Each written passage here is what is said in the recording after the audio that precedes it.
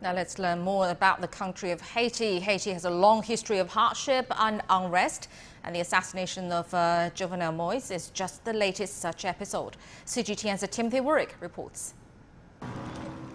Haiti's history is one containing all of the worst elements a country can have. Dictators, occupation, slavery, poverty, the island nation has seen it all. From the get-go, it was under the pump.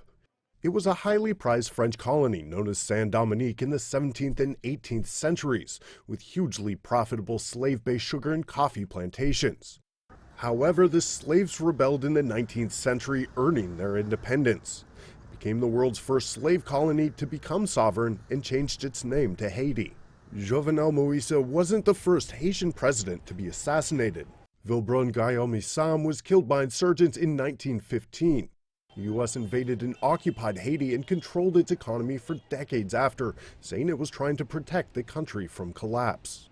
Fast forward to 2010 and a devastating earthquake rocks Haiti.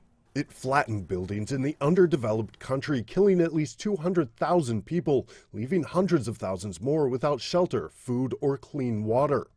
To make matters worse, UN peacekeepers providing aid to the country brought disease with them.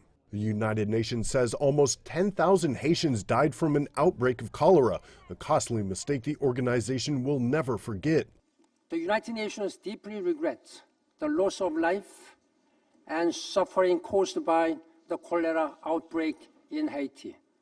On behalf of the United Nations, I want to say very clearly, we apologize to the Haitian people. Haiti is one of the poorest countries in the Western Hemisphere.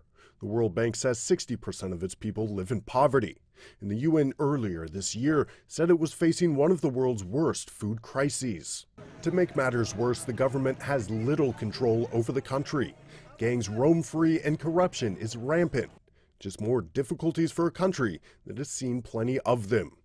Timothy Ulrich, CGTN.